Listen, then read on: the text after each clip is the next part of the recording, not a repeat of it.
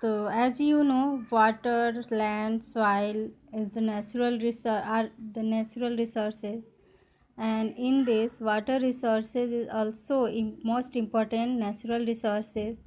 Water जो है वो सबसे इम्पोर्टेंट कह सकते हैं, लैंड और सॉइल जैसा ही इम्पोर्टेंट है, इसका भी बहुत ही महत्व है। वाटर के बिना धरती पे लाइफ नहीं होगा, तो वाटर भी इम्पोर्टेंट नेचुरल रिसोर्सेज है। वाटर अर्थ पे मेनली 3 फॉर्म्स में जो है एग्जिस्ट करता है।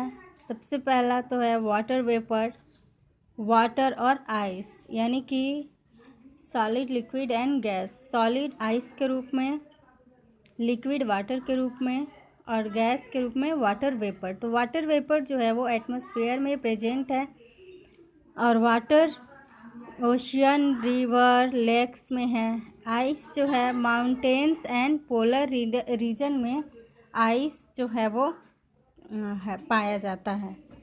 तो ओशियन वाटर जो है, ओशियन वाटर जो वर्ल्ड में जितने भी मतलब वाटर रिसोर्सेज जितने हैं, तो उसका सिर्फ 90% जो वाटर है सिर्फ ओशियन में पाया जाता है, और रिमेनिंग 3% जो है वो फ्रेश वाटर हैं। लेकिन 1% से भी ज़्यादा 1% से भी कम वाटर जो है वो एग्रीकल्चरल और इंडस्ट्रियल, डोमेस्टिक यूज और हाइडल पावर जनरेशन के लिए उपलब्ध है। तो एक कह सकते हैं हम कि वाटर जो है बहुत ही कम मात्रा में उपयोग लायक है। और ओशियन वाटर हम लोग इसलिए नहीं यूज कर सकते हैं क्योंकि वो साल्टी होता है, वो सलाइन वाटर होता है, नमकीन खारा पानी होता है, उसमें नमक की मात्रा ज़्यादा होती है और वो यूज के लिए नहीं है, उसका यूज हम ज़्यादा नहीं करते हैं। तो हम अब कंजर्वेशन के बारे में पढ़ेंगे कि लैंड, सॉइल और वाटर का कैसे हम कंजर्वेशन कर सकते हैं, कैसे उनको संरक्षित कर सकते हैं, क्योंकि ये तीनों रिसोर्स ह्यूमन बीइंग के लिए बहुत ही ज़्यादा इम्पोर्टेंट है, बहुत ही ज़्यादा महत्व रखते हैं। और सबसे पहले तो हम कंजर्वेशन ऑफ लैंड देखेंगे। तो land can be conserve through planned and judicious use, soil conservation and measures for bringing waste land into use. तो हम लैंड का कंजर्वेशन कैसे कर सकते हैं, तो उसको एक प्लान्ड और जुडिशियल यूज के द्वारा, प्लान करके लैंड का यूज करके हम उसको कंजर्व कर सकते हैं। या फिर जो भी वेस्ट लैंड है, वेस्ट लैंड यानी कि वो लैंड जो कि बिल्कुल उपयोग लायक नहीं है, तो ऐसे लैंड्स को हम यूज करके, उपयोग में ला करके हम लैंड कंजर्वेशन कर सकते हैं। और सॉइल कंजर्वेशन करके भी हम लैंड कंजर्वेशन कर सकते हैं। तो हम सॉइल कंजर्वेशन कैसे करेंगे, तो सॉइल इरोजन जो है उसको, सॉइल इरोजन सबसे पहले तो जानेंगे कि सॉइल इरोजन होता क्या है। तो जो हम मिट्टी देखते हैं, जो हम ज़मीन देखते हैं, तो उसका जो ऊपरी पार्ट होता है वो सबसे उपजाऊ होता है, और बारिश के कारण और तूफ़ान, आंधी वगैरह के कारण क्या होता है कि ये जो उपजाऊपन जो है, यानी अलुवियल जो सॉइल है, ऊपरी जो उपजाऊ मिट्टी होती है वो एक प्रकार से अलुवियल सॉइल है, उसमें ह्यूमस की मात्रा भी होती है, तो जिसके कारण वो और भी उपजाऊ बन जाता है। तो जब बारिश होती है और आंधी तूफान आता है, तो उसके वजह से जो सॉइल का जो ऊपरी जो लेयर होता है, फर्टाइल लेयर, वो टूट करके वो मतलब उनके साथ बह जाता है, वाटर के साथ बह जाता है, और तूफान हवा के साथ वो उड़ा लिया जाता है। तो इस वजह से सॉइल इरोजन हो जाता है, और जो उपजाऊ मिट्टी जो होती है वो नष्ट हो जाती है, जो कि खेती के लिए बहुत ही ज़्यादा आवश्यक है। यदि मिट्टी उपजाऊ नहीं होगी तो उस पर खेती कैसे होगी और लोग अपना जीवन यापन कैसे कर सकेंगे, क्योंकि बिना खाने के मनुष्य तो रह नहीं सकता है। तो सॉइल इरोजन को हम कई प्रकार से रोक सकते हैं, जैसे कि afforestation, terracing, contour ploughing, building embankment and plugging gullies, mulching, strip cropping, planting shelter belts. तो इन सब के द्वारा हम जो है सॉइल को कंजर्व कर सकते हैं, मिट्टी को हम बचा सकते हैं, उसके फर्टिलिटी को हम मेंटेन करके रख सकते हैं। तो सॉइल की फर्टिलिटी और कैसे हम मेंटेन कर सकते हैं, तो क्रॉप रोटेशन के द्वारा, यानी कि एक क्रॉप के बाद हम कोई और क्रॉप लगाएं, और वे फैलोइंग और प्रिवेंटिंग सैलिनाइजेशन, यानी उसमें नमक की मात्रा को न बढ़ने दे करके, यदि नमक की मात्रा उसमें ज़्यादा बढ़ गई, ज़्यादा हम लोग फर्टिलाइजर्स वगैरह जो केमिकल फर्टिलाइज़र होता है उसको यूज करते हैं, तो उसके कारण जो होता है, और उसके कारण जो सॉइल होता है उसके फर्टिलिटी ख़त्म हो जाती है, धीरे धीरे नष्ट हो जाती है। और पेस्टिसाइड्स भी जो हैं ये भी ज़्यादा नुकसान पहुंचाते हैं सॉइल के फर्टिलिटी को। तो इन सब के बारे में हम और आगे पढ़ेंगे कि ये होता क्या है, अफॉरेस्टेशन क्या होता है। तो अफॉरेस्टेशन यानी कि प्लांट करना, किस चीज़ का प्लांट, ट्री को प्लांट करना, मतलब लार्ज एरिया पे, यानी कि एक बड़े भाग पे वनारोपण कह सकते हैं, पौधारोपण जो होता है वो अफॉरेस्टेशन होता है। इसके द्वारा हम सॉइल कंजर्वेट जो कर सकते हैं, सॉइल का कंजर्वेशन कर सकते हैं, क्योंकि प्लांट्स जो है, प्लांट्स के जो रूट्स होते हैं वो मिट्टी को, सॉइल को बहने से या आंधी तूफान में उड़ने से बचाते हैं।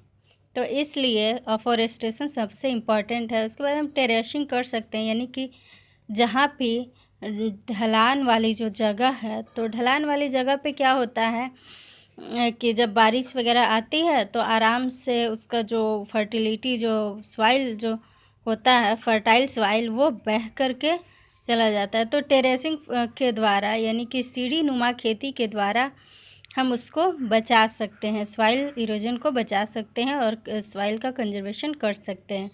कंटोर प्लॉगिंग क्या होता है, तो ऐसी प्लॉगिंग यानी कि ऐसी जुताई जो कि कंटोर के साथ होती है, और इसमें एक ढलान पर भी थोड़ा थोड़ा सीढ़ी नुमा टाइप से ही होता है, जैसे टेरेसिंग होता है, टेरेस फार्मिंग होता है, तो ये भी जस्ट उसी टाइप से होता है। इसमें थोड़ा सा डिफरेंट होता है, उससे थोड़ा सा अलग होता है। तो इसमें भी ये भी ढलान पे ही बनाया जाता है, ढलान वाली जगह पे ही ये बनाया जाता है, ताकि जो उपजाऊ जो मिट्टी है वो बह न जाए। और इसमें इम्बैकमेंट यानी कि अवरोधन, तटबंध बना दिया जाता है, ताकि मिट्टी को जब बारिश आए तो उसके कारण मिट्टी जो है, उपजाऊ मिट्टी, वो बहकर न चले जाए। और साथ ही यहाँ पे एक खाई भी, यानी कि एक गड्ढा भी डिग कर दिया जाता है, खोदा जाता है, गड्ढा भी बनाया जाता है, ताकि उस गड्ढे में पानी को कलेक्ट किया जा सके, और वो जो पानी है वो धीरे धीरे सॉइल में सीप हो जाता है, सॉइल में रिस जाता है और सॉइल द्वारा ऑब्जर्व कर लिया जाता है। इससे सॉइल कंजर्वेशन करने में मदद मिलती है। नेक्स्ट है गुलीज, प्लगिंग गुलीज। तो सॉइल ओरिजिन जो है, कभी कभी जब डीप सॉइल ओरिजिन के कारण डीप चैनल्स बन जाते हैं, यानी कि गहरा उभार, मतलब कि कहीं गहरा खाई तो उभार, इस तरह से बन जाते हैं, इन्हीं को हम गुलीज कहते हैं। और इसको प्लॉगिंग के द्वारा, यानी कि जुताई करके, इसको नॉर्मल जुताई से ये स्मूथ नहीं हो पाता है, इसी को गुलीज कहते हैं। तो प्लगिंग गुलीज को रोक कर भी जो है, इसको बनने से रोक कर भी सॉइल को कंजर्व कर सकते हैं। मल्चिंग क्या होता है, तो फार्मर्स जो है वो सॉइल इरोजन को कैसे रिड्यूस कर सकते हैं, तो अपने फील्ड को प्लग्ड सॉइल के द्वारा कवर करके, और यानी कि जब हार्वेस्ट हो जाता है, जब फसल पक जाए, तो उसके बाद वो खेतों की जुताई करके और उसको छोड़ दें, उसको खाली छोड़ दें।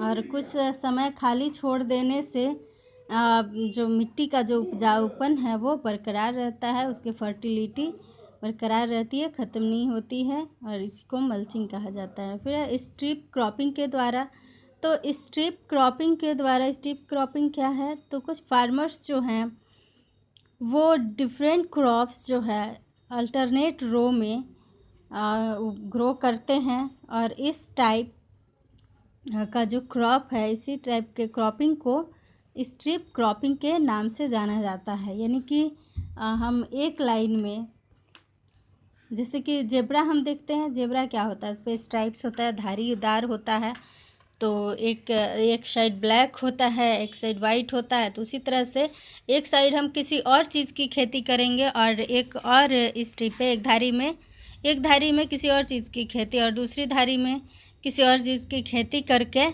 हम जो है सॉइल कंजर्वेशन कर सकते हैं, और इसी को स्ट्रिप क्रॉपिंग कहा जाता है। रेन वाटर हार्वेस्टिंग, इसके बारे में बाद में पढ़ेंगे। अब हम नेक्स्ट पढ़ते हैं कंजर्वेशन ऑफ वाटर। वाटर का कंजर्वेशन, वाटर को कैसे कंजर्व किया जाता है, जैसा कि जानते हैं कि वाटर जो है वो यूज के लिए बहुत ही कम है, तो इसलिए वाटर को भी वेस्ट होने से बचाना है, इसको कंजर्व करना है, और वाटर को पॉल्यूशन से भी बचाना है। वाटर भी पॉल्यूटेड होता है, और ये वाटर कैसे पॉल्यूटेड होता है, तो untreated waste, harmful metals compound, chemical fertiliser and pesticide, mineral oil and dissolve salt should be control. ये सब कंट्रोल करके, मतलब इन सब से क्या होता है कि वाटर जो है वो पॉल्यूट हो जाता है, और इन सब को बचा करके हम क्या कर सकते हैं, वाटर को कंट्रोल, जो वाटर जो कंजर्वेशन है वो कर सकते हैं। वाटर को पॉल्यूट होने से हम बचा सकते हैं। कैसे बचा सकते हैं, तो उसमें हम जो कचरा है वाटर में, कहीं पे वाटर है जैसे तालाब वगैरह है, तो उसमें हम कचरा ना डालें। कचरा, अगर नदी है, लोग नदी में भी कचरा वगैरह फेंक देते हैं, जिसके कारण नदी का पानी, जो रिवर का जो वाटर होता है वो पॉल्यूट हो जाता है। फैक्ट्री से निकले हुए मेटल कंपाउंड और खेतों से जो निकला हुआ जो केमिकल फर्टिलाइज़र और पेस्टिसाइड है, ये भी बह करके और वाटर में मिलता है, जिसके कारण वाटर जो है पॉल्यूटेड हो जाता है और फिर वो उपयोग लायक नहीं रह पाता है। मिनरल्स ऑयल जो फैक्ट्रियाँ जो यूज करती हैं, फैक्ट्रियों द्वारा जो निकलता है कचरा, तो उसमें मिनरल्स ऑयल्स भी होते हैं। और साल्ट जो है, साल्ट भी यदि ज़्यादा मात्रा में वाटर में मिल जाए तो वो वाटर को दूषित कर देता है। तो ये था कंजर्वेशन ऑफ वाटर। वाटर को, मतलब इन सब चीज़ों से हम बचा करके, वाटर, ये तो कैसे पॉल्यूशन होता है, कैसे वाटर पॉल्यूट होता है, इसके बारे में पढ़े, तो हम इन सब चीज़ों को रोक करके ही वाटर को कंजर्व कर सकते हैं। तो वाटर कंजर्व करने के लिए भी कई सारे प्रोसेस हैं जिसके द्वारा हम वाटर को कंजर्व कर सकते हैं, बचा सकते हैं, जैसे कि रेन वाटर हार्वेस्टिंग। तो रेन वाटर को कलेक्ट करके, जब बारिश होती है तो उसको हम जमा करके और फ्यूचर में उसका यूज करें, तो यही रेन वाटर हार्वेस्टिंग कहलाता है। रेन वाटर हार्वेस्टिंग क्या होता है, collecting rain water for future use is called rain water harvesting. यानी कि रेन वाटर को कलेक्ट करके और उसको फ्यूचर में यूज करना रेन वाटर हार्वेस्टिंग कहलाता है। तो कैसे हम रेन वाटर हार्वेस्टिंग कैसे कर सकते हैं, तो रेन वाटर हार्वेस्टिंग जो है वो हम छतों पे बारिश के पानी को जमा करके कर सकते हैं, और बारिश का जो पानी है अभी उसके लिए तालाब वगैरह खुदाई करके और बारिश के पानी को उसमें जमा करके हम रोक सकते हैं वाटर को पॉल्यूट होने से, वाटर को वेस्ट होने से, और उसका हम बाद में यूज कर सकते हैं उस वाटर को। और लो लाइंग एरिया में, यानी कि जो ढलान वाले जो एरिया हैं, तो वहाँ पे हम वाटर को कैसे कंजर्व करेंगे, तो वहाँ पे हम इम्बैंकमेंट बनाते हैं, यानी तटबंध बनाते हैं, बांध जैसा बना देते हैं, ताकि जो वाटर है वो उस मतलब कि पहले तो क्या करते हैं, गड्ढा खुदाई कर लेते हैं या टैंक जैसा बना लेते हैं, और उसके बाद वो जो वाटर है उसमें कलेक्ट कर लेते हैं, चारों तरफ इम्बैकमेंट बना देते हैं, यानी तटबंध बना देते हैं, ताकि जो पानी है वो बाहर न जाए, बह न जाए। तो ये जो वाटर होता है जब ये कलेक्ट होता है तो ये सॉइल में सीप हो जाता है, सॉइल में रिस करके मिट्टी में मिल जाता है और ग्राउंड वाटर बन जाता है। ग्राउंड वाटर क्या होता है?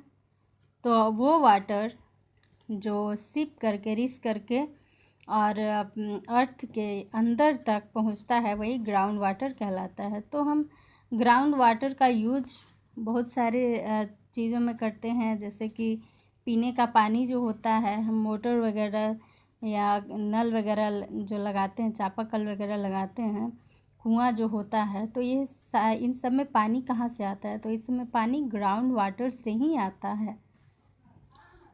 तो इस प्रकार से हम वाटर को कंजर्व कर सकते हैं। अगर अभी वाटर को कंजर्व नहीं किया गया तो फिर भविष्य में बहुत ही भयानक जो है हमें भयानक प्रभाव इसका पड़ सकता है और इससे हमें भुगतना पड़ सकता है। और ऐसे भी अगर हम डर्टी वाटर को पीने में यूज लाते हैं, अगर हम पीते हैं, तो हमें कॉलरा और टाइफाइड जैसे बीमारियां जो हैं वो हो सकती है। तो वाटर को शुद्ध बनाने के लिए हम बॉयल कर सकते हैं और क्लोरीन से डिसइंफेक्ट कर सकते हैं। कई और ब्लीचिंग पाउडर भी यूज किया जाता है ताकि वाटर जो है वो पीने लायक हो जाए। और कई तरह के हम प्लांट लगा करके भी वाटर कंजर्वेशन कर सकते हैं, क्योंकि प्लांट की जड़ें जो है वो वाटर को एब्जॉर्व करती है और उसको मिट्टी तक ले जाती है।